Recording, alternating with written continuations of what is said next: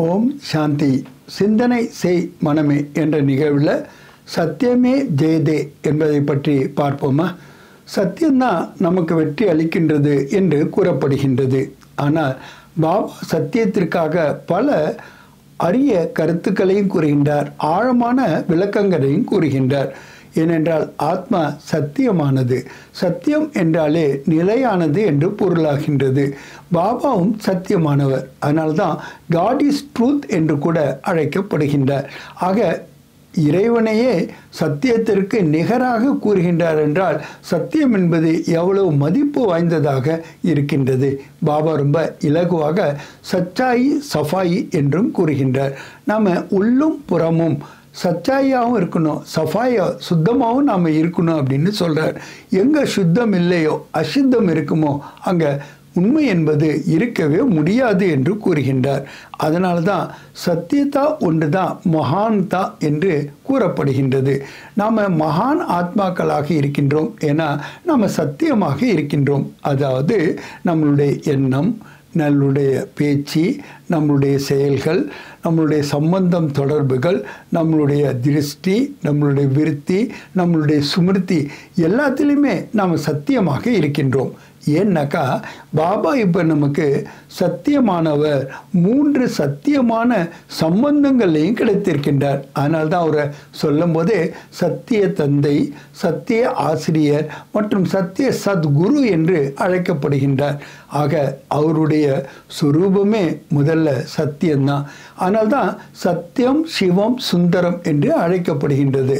சத்தியம் என்றால் ட்ரூத்து, சுந்தரம் என்றால் ரொம்ப பியூட்டிஃபுல்லானவர், சிவன் என்றால் நன்மையே செய்யக்கூடியவர். அதனால்தான் நாம் ஒவ்வொரு கணமும் கூட, ஒவ்வொரு சங்கல்பத்திலும் கூட விஸ்வ கல்யாணக்காரியாக இருக்க முடியுமே தவிர வேறு எந்த ஒரு பாவனையும் நம்மகிட்ட இருக்கவே முடியாது. நாம் ஆதி சனாதன தேவி தேவதா தர்மத்தை சேர்ந்த ஆத்மாக்கள். ஆக பாபா கூட சொல்லும்போது என்ன சொல்கிறாரு? சத்திய யுகத்தினுடைய ஸ்தாபனையை செய்வதற்காகத்தான் நான் வந்திருக்கின்றேன், சத்திய நாராயணனுடைய கதைவை கூறுவதற்காகத்தான் வந்திருக்கின்றேன் என்று.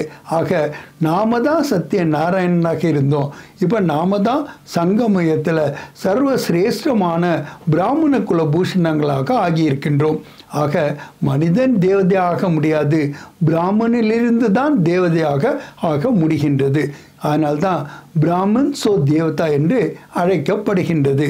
ஆக நாம் நம்முடைய சத்தியமான அறிமுகத்தை அறிந்து கொள்கின்றோம்.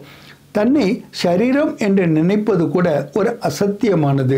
அந்த அசத்தியத்தின் காரணத்தினால தான், தேக உணர்வின் காரணத்தினால தான், தேகத்தினுடைய அபிமானத்தின் காரணத்தினால தான் நாம் இவ்வளவு துன்பங்களுக்கு கவலைகளுக்கு ஆட்பட்டு இருக்கின்றோம்.